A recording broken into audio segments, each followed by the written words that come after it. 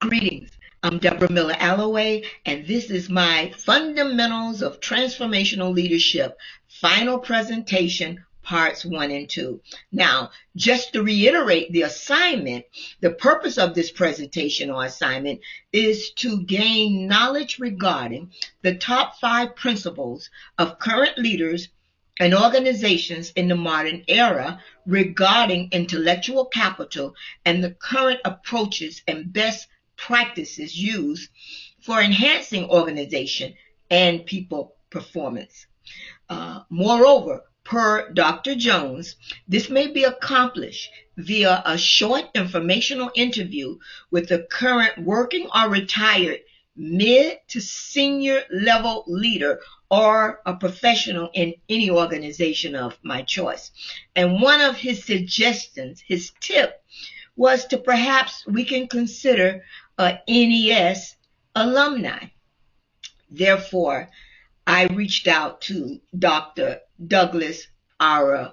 Cullum, Ph.D., one of my previous professors here at Northeastern Seminary.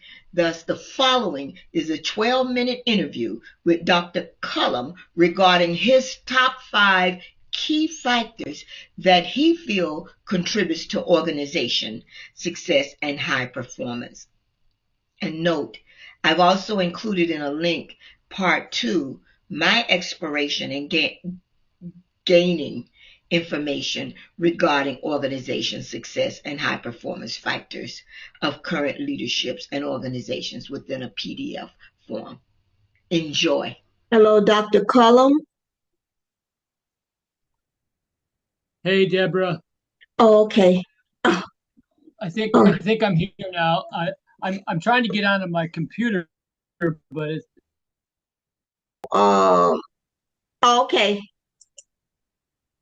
Okay. So that's my phone, but I guess that'll have to do it because that doesn't seem to be coming in on the computer. Thank you so much for the trouble, Dr. Cullum. Oh my goodness.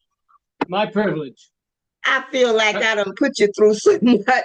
No, it was just that it's been a busy few days and I couldn't get to record a video. Yeah, this is perfect. This is perfect because the Professor Jones wanted us to basically interview you, and it's just basically to ask you 5 key factors that contribute to organizational success.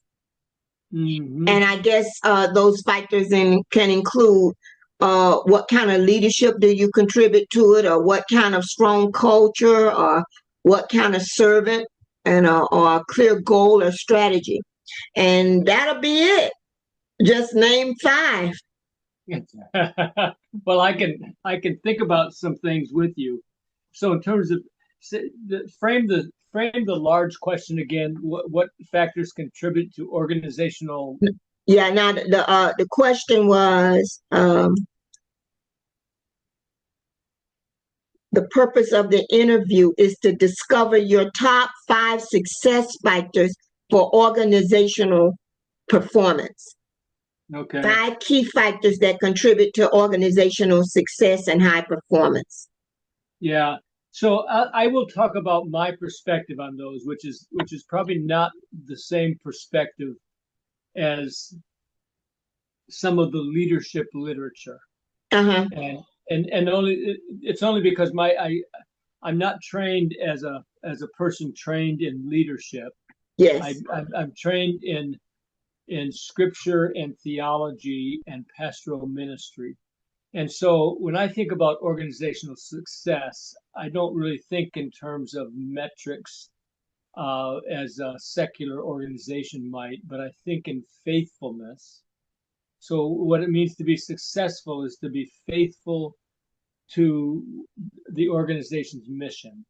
And in my case, that is the church or the seminary, right? So what contributes to that?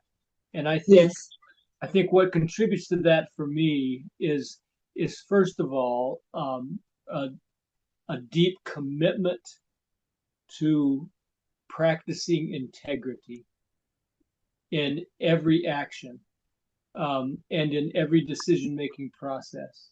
Yes. And that integrity means that whatever the, I'm going to again use the church or the seminary as the organization, whatever the organization's mission or vision happens to be, then integrity means, of course, the integrity of the key leaders or the key leader in some cases, single person perhaps, but no leader does it alone. So I think there's always more than one, even though there might be somebody called president or senior pastor or vice president or dean or something or president.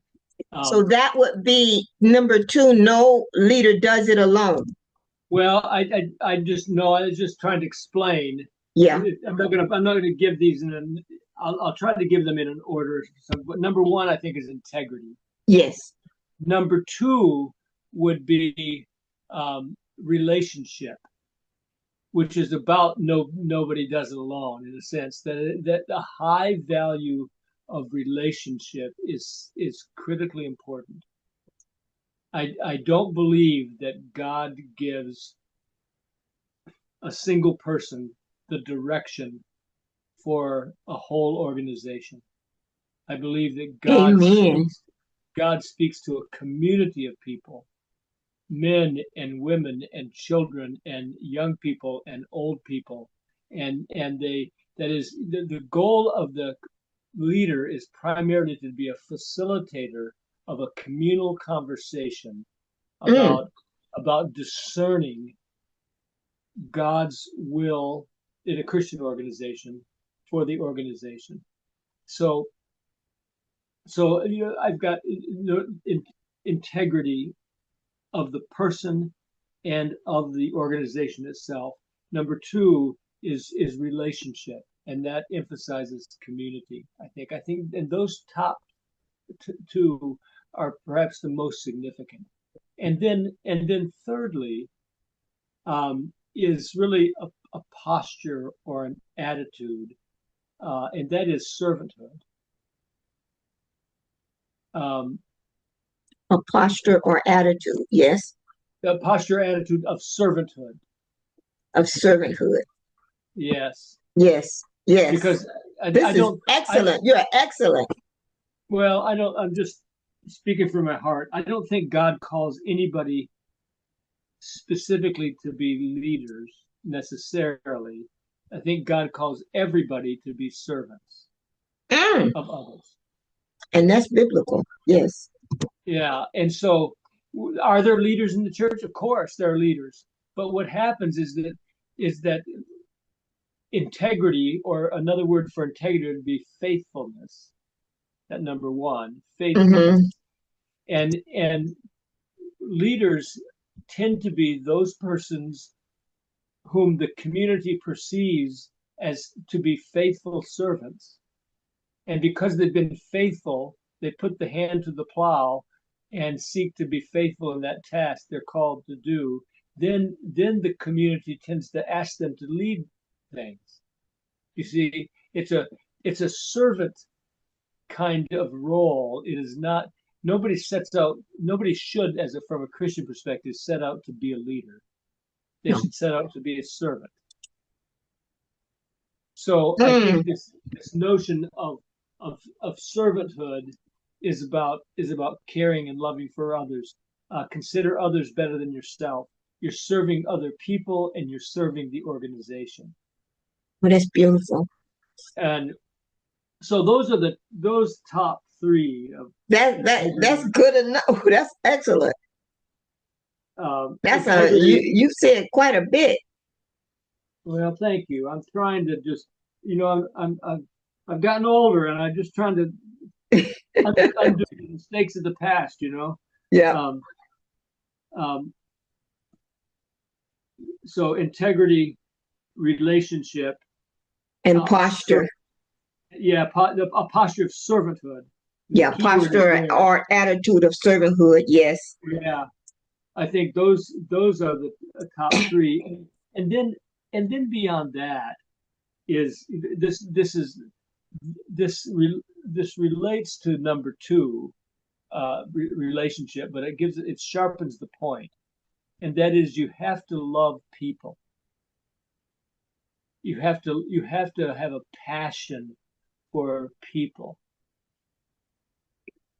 because if your only passion is to build a great organization, then you will have run roughshod over people and left dead bodies in the wake of your headlong pursuit of success.